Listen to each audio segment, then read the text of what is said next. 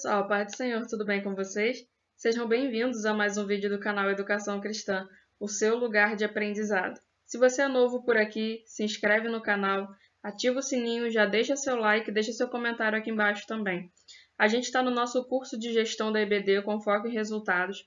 A gente já está na aula 7. Se por acaso você está chegando aqui por agora, não se preocupe, todas as outras aulas estão salvas aqui na nossa playlist. Dá uma olhada. É importante você acompanhar da aula 1 até a 10ª aula, justamente para ter cronologia e você entender o andamento das coisas, ok? Na aula de hoje nós vamos falar sobre a implementação de melhorias e a gente vai ver aqui o nosso cronograma. Aqui o seu gerente, que é o nosso mascote desse curso. A gente vai ver hoje na aula o que é melhoria contínua, análise crítica do cenário atual, estabelecendo prioridades, método de gestão, educação cristã, com foco em melhorias, e a questão da constância e manutenção. Vamos embora? Bom, vamos lá. Como nós vimos, o foco da nossa aula de hoje é falar de melhoria, de melhorar o que já está bom. O que é melhoria contínua? Melhoria contínua é uma técnica de gestão de processos de negócios que visa identificar falhas no processo e, em seguida, descobrir a melhor maneira de eliminar esses problemas. É uma busca constante por perfeição em tudo o que você faz. Lendo essa definição parece algo muito complicado e até mesmo chato de se executar.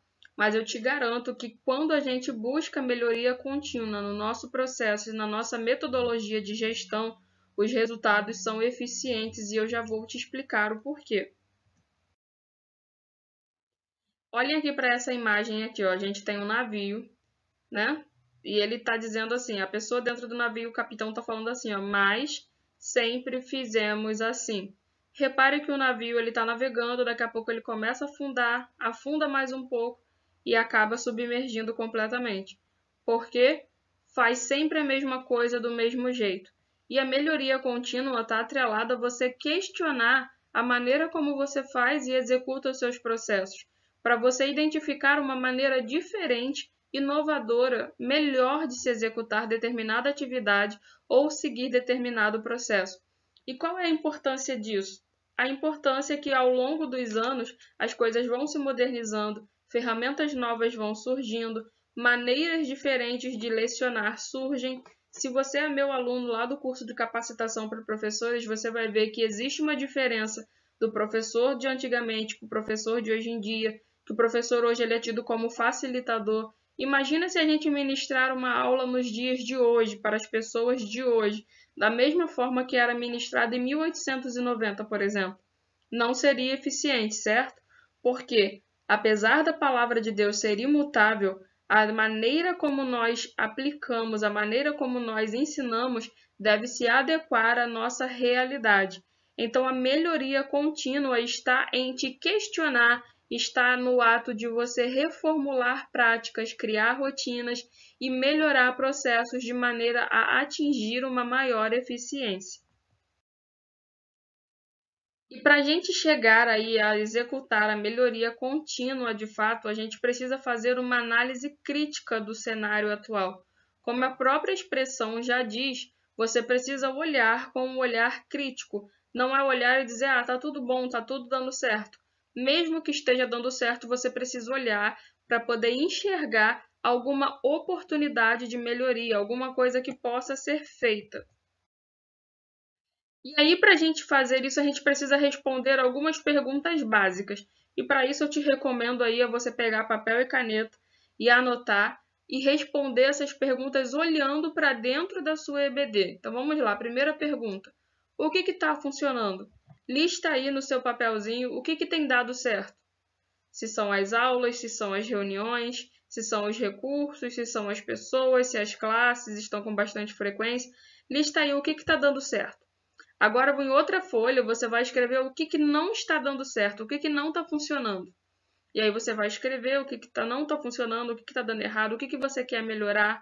E aí agora você vai dizer aqui, ó, na terceira pergunta, o que está funcionando, mas está capenga, sabe? Pode melhorar. E aí, respondendo essas três perguntas com um olhar crítico e criterioso, você vai ter uma noção de fazer o seu PDCA. Lembra da aula lá que a gente viu sobre a questão de melhoria, implementando, mapeando a sua EBD, mapeamento?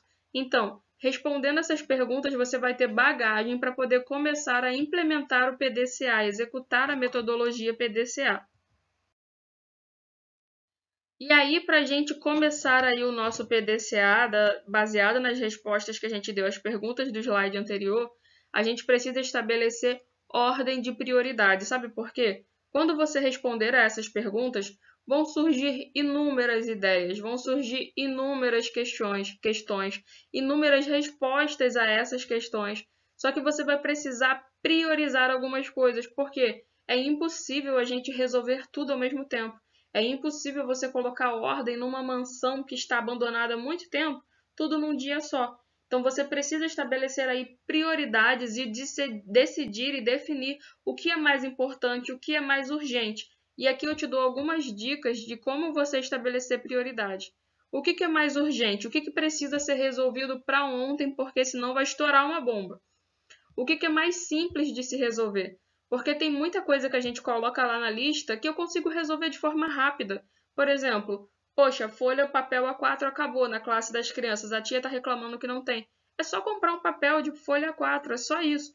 Tem problema que é muito simples de se resolver. E para a gente atacar em quantidade, é bom também a gente separar aí de acordo com a criticidade de resolução dos problemas.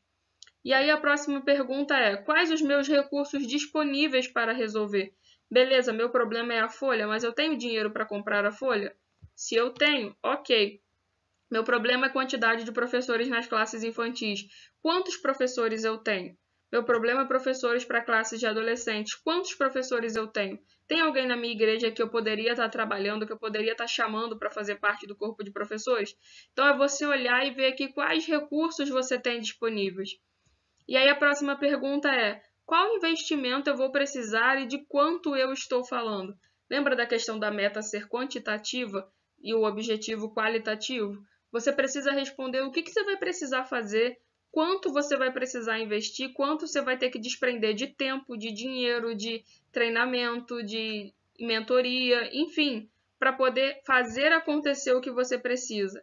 E a última pergunta que você vai responder é: quanto tempo eu tenho para resolver tudo isso? Quando você coloca para um problema só todas essas perguntas aqui, você consegue cascatear por ordem de prioridades a resolução dos seus problemas e, consequentemente, a melhoria dos seus processos.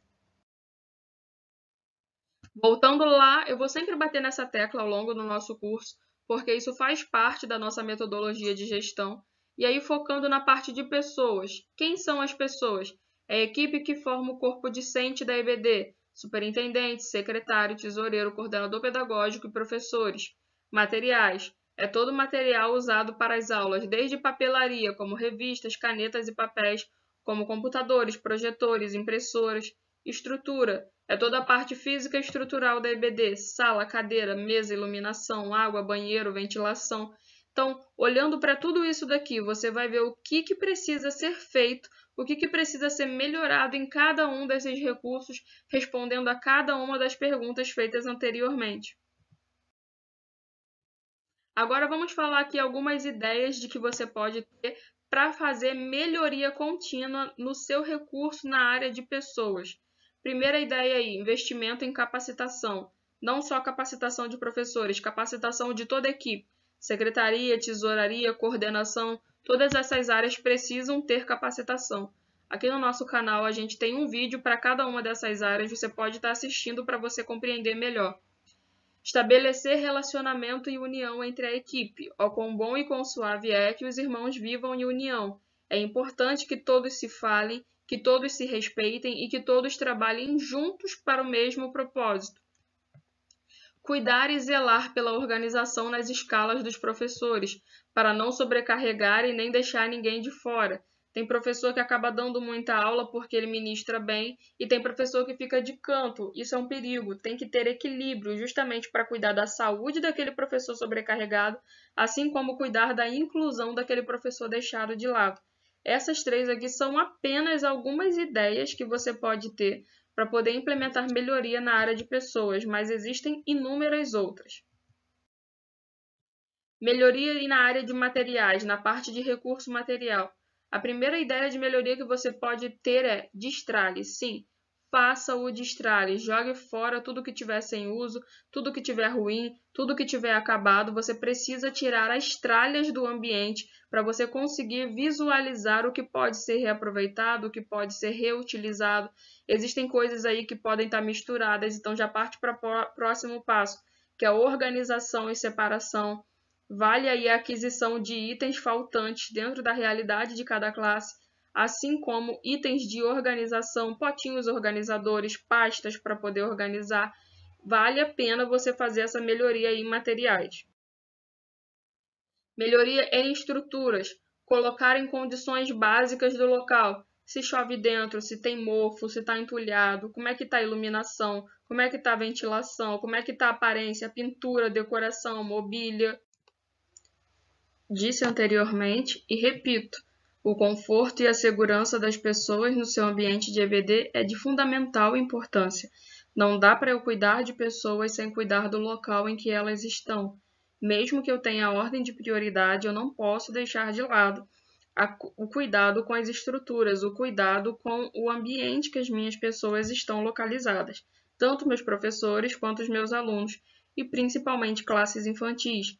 Não deixe as crianças estudarem em áreas que ofereçam risco, risco de queda, risco de cair alguma coisa em cima. Faça essa verificação, olhe com cuidado, justamente para você evitar aí até mesmo receber um processo, uma denúncia, alguma coisa que até mesmo possa gerar machucar alguém ou, Deus nos livre, um óbito. Isso é de suma importância. Cuide da estrutura também aonde a sua EBD acontece. E aí agora, por último, mas não menos importante, falando da melhoria na vida espiritual da EBD. Me responda aí, como é que está a saúde espiritual da sua EBD? De nada adianta investir em conhecimento se a gente também não tiver a graça. O quanto a obra tem sido levada a sério dentro da sua equipe da EBD? Será que os professores são aqueles que nunca estudam a lição, chega lá e só fica lendo? Será que Deus tem sido o centro das suas aulas ou tem sido somente por vanglória, soberba? Os professores fazem questão de esbanjar aí a etimologia de grego e hebraico nas aulas das palavras justamente para mostrar uma sabedoria e colocá-los no pedestal. E qual é o objetivo final da sua gestão na EBD? Para que você está trabalhando?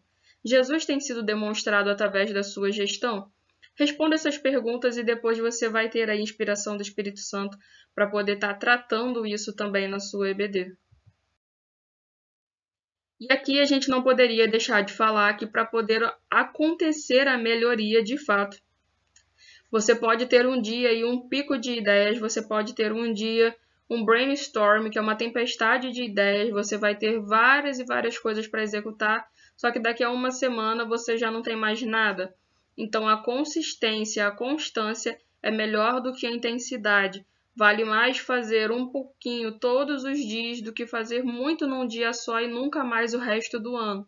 Então, seja consistente, seja disciplinado, seja constante. É melhor do que ser intenso. Se você quiser ser intenso, vale também um pouco de intensidade, mas sempre priorizando a constância, justamente para a criação de rotina e hábito. Não é à toa que nós já falamos disso em aulas anteriores.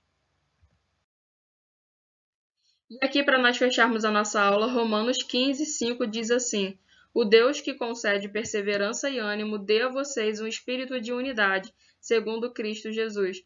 Deus abençoe a sua vida, seu ministério. Até a próxima aula e tchau, tchau!